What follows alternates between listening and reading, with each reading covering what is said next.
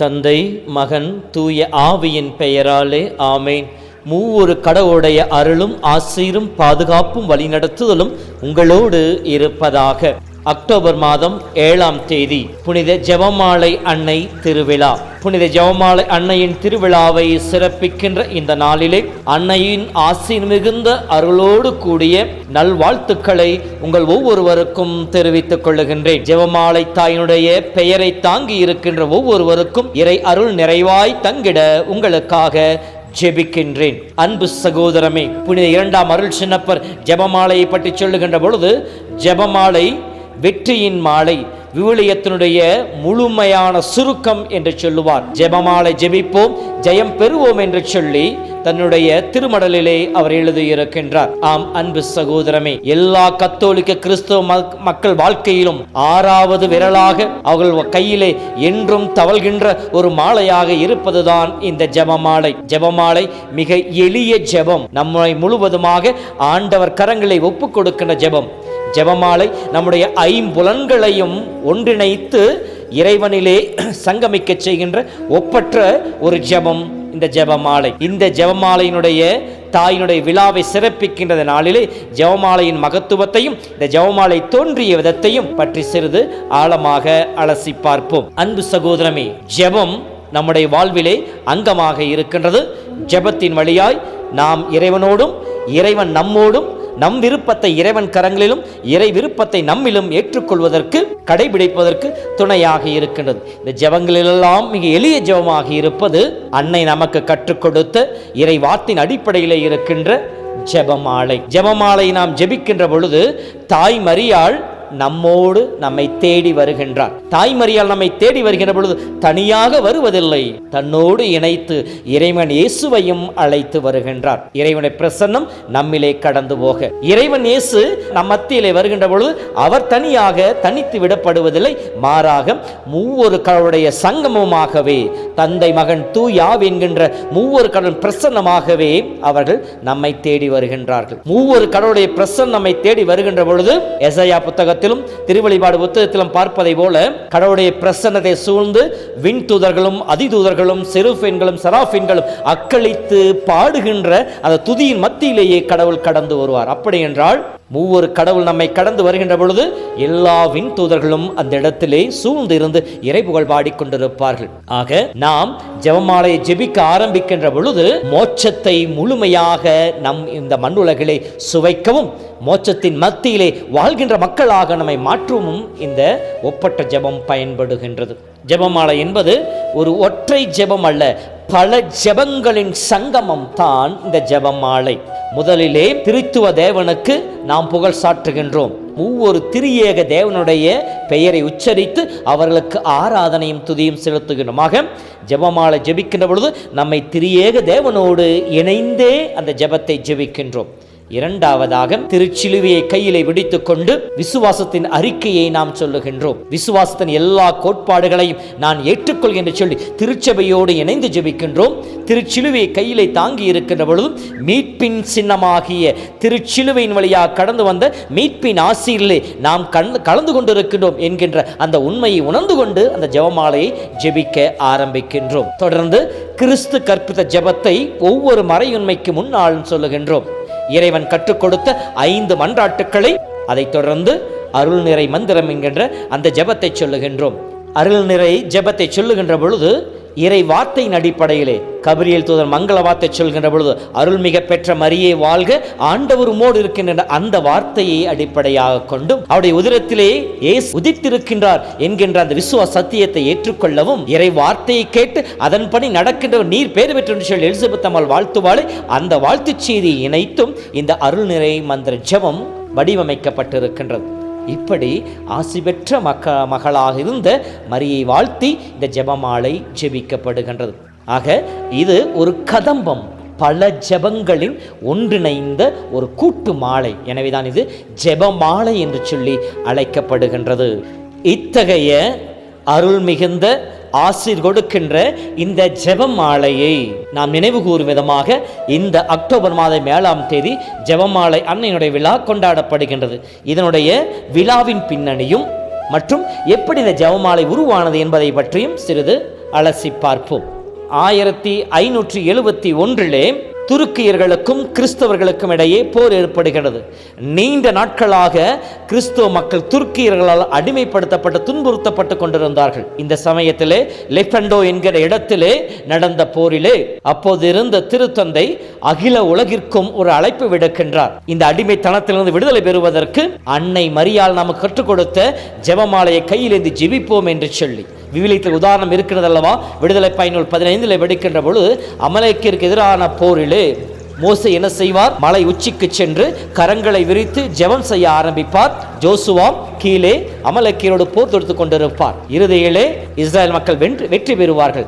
இதை போலவே 1571 இந்த லெஃபண்டோ போர் நடந்து கொண்டிருக்கின்ற பொழுது திருத்தந்தையோடு இணைந்து இறை மக்கள் ரோமையில் இருக்கின்ற பீட்டர் சதுக்கத்திலே ஜெபிக்க ஆரம்பித்தார்கள். ஜெபமாலை சொல்ல ஆரம்பித்தார்கள். போரிலே கிறிஸ்தவர்களுக்கு வெற்றி கிடைத்தது. எனவே இந்த வெற்றியின் அடையாளமாக 1572 அக்டோபர் மாதம் 7ஆம் தேதி வெற்றியின் அன்னையின் விழா என்று சொல்லி அப்போதைய திருத்தந்தை 11ஆம் சிங்கராயர் இதை அறிவித்தார்.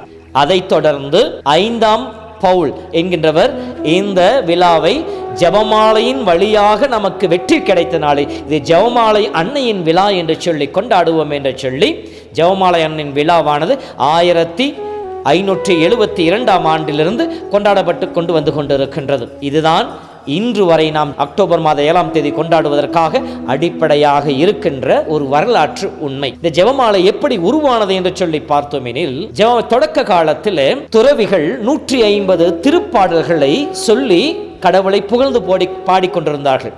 அப்படி ஒவ்வொரு திருப்பாடல் சொல்லுகின்ற பொழுது ஒரு கல்லை எடுத்து வைத்து அந்த திருப்பாடலை ஜெபிக்க ஆரம்பித்தார்கள்.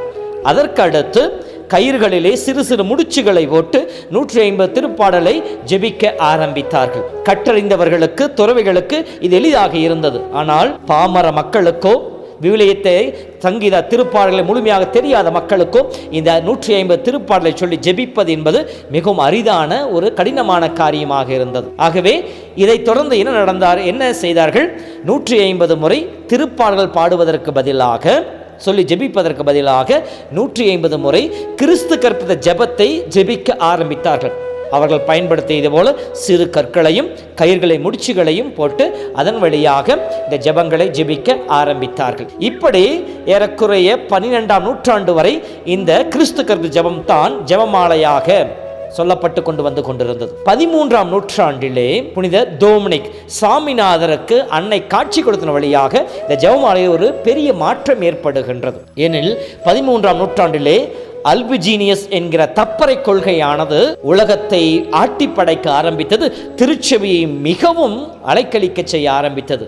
மக்கள் திருச்சபை விட்டு விலகிச் செல்ல ஆரம்பித்தார்கள். இந்த சமயத்தில் இதை எதிர்த்து புனித டோமினிக் மிகவும் வன்மையாக போராட இறை வார்த்தையின் வழியாக தன்னுடைய மறையுறையின் வழியாக போதிக்க முயற்சி செய்தார். எந்த பலனும் இல்லை. மனம் உடைந்து போன புனித டோமினிக் சோர்ந்து போய் காட்டிற்கு தவம் செய்ய செல்கின்றார். இப்படி அவர் முயற்சியில் ஈடுபட்டிருக்கின்ற 3ஆம் நாளிலே அன்னை மரியாள் அவருக்கு காட்சி கொடுக்கின்றார். காட்சி கொடுக்கின்ற பொழுது தன்னுடைய உள்ள குமுறலை டோமினிக் அன்னையிடம் ஒப்புக் கொடுக்கின்றார். அப்பொழுது அன்னையானவள் அவருக்கு கொடுத்த கருவிதான் இந்த ஜெபமாலை. இந்த ஜெபமாலையை முதலிலே ஜெபி, எல்லா மக்களும் ஜெபமாலை ஜெபிப்பதற்கு தூண்டு, அதன் வழியாக உலகத்திலே மாற்றம் பிறக்கும், திருச்சபையை மறுமலர்ச்சி கிடைக்கும் என்று சொல்லி அன்னை மரியாள் சொன்னதாகவும், அதைத் தொடர்ந்து புனித டோமினிக் ஜெபமாலை ஜெபிக்க ஆரம்பித்தார். எல்லா இடங்களிலும் ஜெபமாலை பக்தியை பரப்ப ஆரம்பித்தார். இந்த சமயத்தில் 150 முறை இந்த கிறிஸ்து கற்பித்த ஜெபத்தை சொல்வதற்கு பதிலாக 150 முறை அருள்நிறை மந்திரத்தை சொல்லி ஜெபிக்க ஆரம்பித்தார்கள். இப்படி சொல்லி ஜெபிக்க ஆரம்பிக்கின்ற பொழுது திருச்சபையிலே மாற்றம் பிறக்க ஆரம்பித்தது. விலகி போனவர்களெல்லாம் மீண்டும் திருச்சபையில் ஒன்றிணைய ஆரம்பித்தார்கள். திருச்சபையினுடைய வாழ்க்கையிலே மாற்றம் ஏற்பட்டது. திருத்துவ புகழிலே துவங்கி கிறிஸ்து கற்பித்த ஜெபத்தின் வழியாக 10 அருள்நிறை ஜெபத்தை செய்து மீண்டும் திருத்துவ புகழோடு முடிய வேண்டும் என்று சொல்லியும் 1917 பாத்திமாவளை தாய்மறை காட்சி கொடுக்கின்ற பொழுது சொல்லிக் கொடுத்த ஜெபத்தை இடையில் சொல்லியும் அதன் வழியாக ஜெபமாலை ஒரு நிறைவுள்ளதாக மாற்றி கொடுத்தார்கள். இந்த ஜெபமாலையை ஜெபிக்கின்ற பொழுது ஒரு சில விமர்சனங்கள் எழுவதை பார்க்கலாம். ஒன்று, அன்னை மரியை ஜெபமாலையை பற்றி வருகின்ற விமர்சனங்கள் என்னென்னு சொல்லி பார்க்கின்ற பொழுது, ஜெபமாலையின் பொழுது இயேசுவை விட மரியாளை அதிகமாக வாழ்த்துகின்றோம், மரியாளை புகழ்ந்து போற்றுகிறோம் என்று சொல்லுவார்கள். தம்மை விட்டு பிரிந்து சென்ற நாம் மரியை வாழ்த்தவில்லையே, இறைவன் தானே மரியை வாழ்த்தினார். லூக்கா புத்தகம் 1:28 படிக்கின்ற பொழுது கபிரியேல் தூதர் மரியாளை வாழ்த்தினார். அருள்மிக பெற்றவளே வாழ்க. இதை சொல்லி அனுப்பியது யார்? தந்தையாகி இறைவன். தந்தையின் விருப்பத்தை, தந்தையின் சொல்லை அப்படியே கொண்டு வந்து மரியாளுக்கு கொடுத்தது தூதருடைய. அப்படி என்றால் மரியாளை வாழ்த்தியது தந்தையாகி இறைவன். தூய ஆவியால் ஆட்கொள்ளப்பட்ட எலிசபெத் அம்மாள். லூக்கா புத்தகம் 1:39-40 படிக்கின்றோம். ஆண்டவனின் தாயினிடம் வர நான் தகுதி பெற்றது எப்படி என்று சொல்லி அவரை இறைவன் தாயாக வாழ்த்தி போற்றுகின்றார், ஆசி பெற்று சொல்கிறார். அப்படி என்றால் இறைவனே வாழ்த்திய, இறைவன் தூய் ஆவி ஆட்கொள்ளப்பட்ட மனிதர்கள் வாழ்த்திய தாயை நீங்களும் நானும் வாழ்த்துவதிலே என்ன குறைபாடு இருக்கின்றது? நாம் மரியை வாழ்த்துவது நம்முடைய விருப்பம் அல்ல, கடவுளுடைய விருப்பம், இறைவனுடைய சித்தம். அதை அவருடைய பிள்ளைகளாகிய நாம் செய்து கொண்டிருக்கின்றோம். இரண்டாவதாக வருகின்ற விமர்சனம், இயேசுவிடமிருந்து ஜெபமாலை நம்மை பிரிக்கின்றது என்று சொல். ஒரு காலம் இது நடக்காது. அன்னையின் வழியாய் ஆண்டவனை தேடுவது. அப்படி என்றால் கானாவு திருமணத்திலே ரசம் தீர்ந்த பொழுது நான் இயேசுவின் தாய் என்று சொல்லி மரியாள் அங்கு அற்புதத்தை செய்யவில்லை, மாறாக அவர் சொல்வதையெல்லாம் செய்யுங்கள் என்று சொல்லி இயேசுவை தான் கை காட்டினார். இறைவன் அருகில் தான் கொண்டு வந்து சேர்த்தார். இறைவனுடைய வல்லமை வெளிப்படுவதற்கு துணையாக இருந்தார். அதோடு கூட இயேசு இறந்த பிற்பாடு இறைவன் இயேசுவினுடைய வாக்குறுதியான தூய ஆவியை பெறும் வரை இவர்கள் சிதறி போகக்கூடாது என்பதற்காக சீடர்களை ஒன்று கூட்டி ஜெபத்திலே நிலைத்திருக்க செய்து தான் பெற்ற தூய ஆவியை அவர்களும் அக்கின் ஆவி வடிவிலை பெறும் வரைக்கும் திருச்சபையின் தாயாக இருந்து அந்த முழு குழுமத்தையும் பாதுகாத்தவள் அன்னை மரியாள்.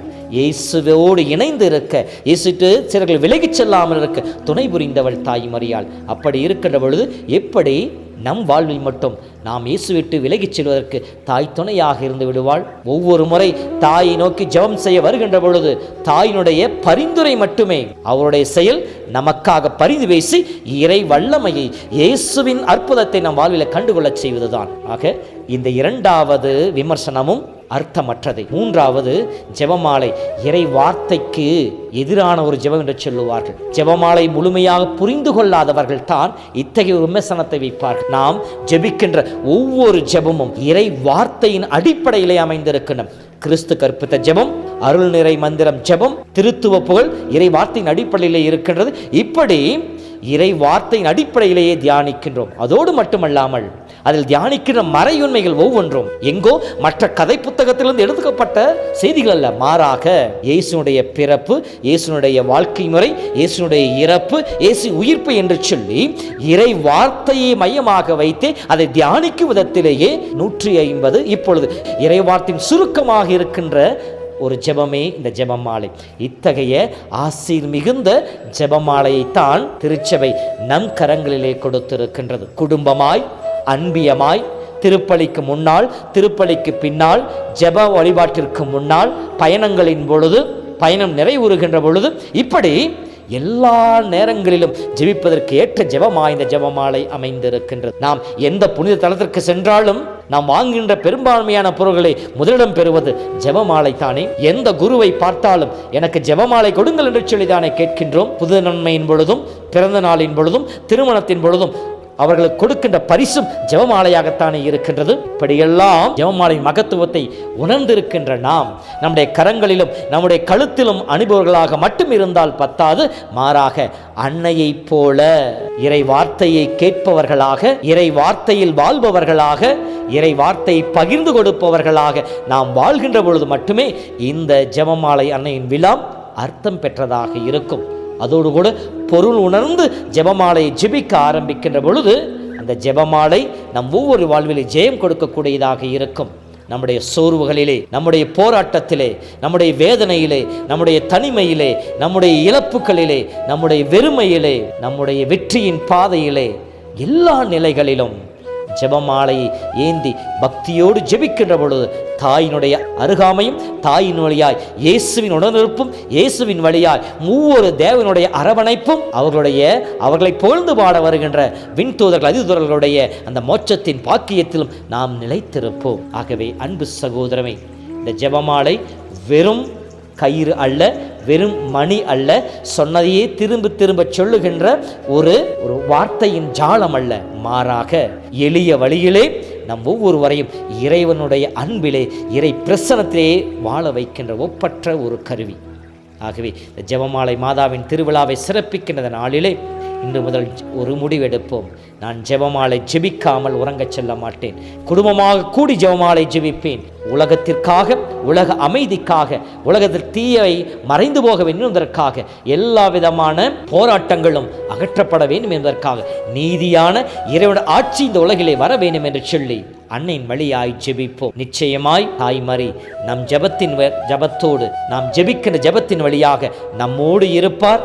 நம் அருகிலே இருந்து நமக்காக பரிதி பேசி இறை வல்லமையை பெற்றுக் கொடுப்பார். ஆண்டவர் உங்களோடு இருப்பாராக. எல்லாம் வல்ல இறைவன் தந்தை, மகன், தூய ஆவியின் பெயராலே ஆமேன்.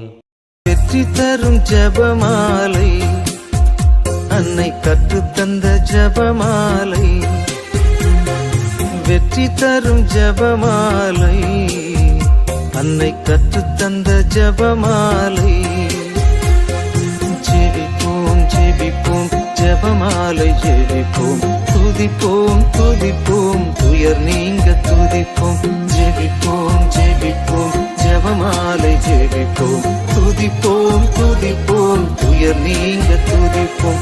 வெற்றி தரும் ஜெபமாலை, அன்னை கற்றுத்தந்த ஜெபமாலை.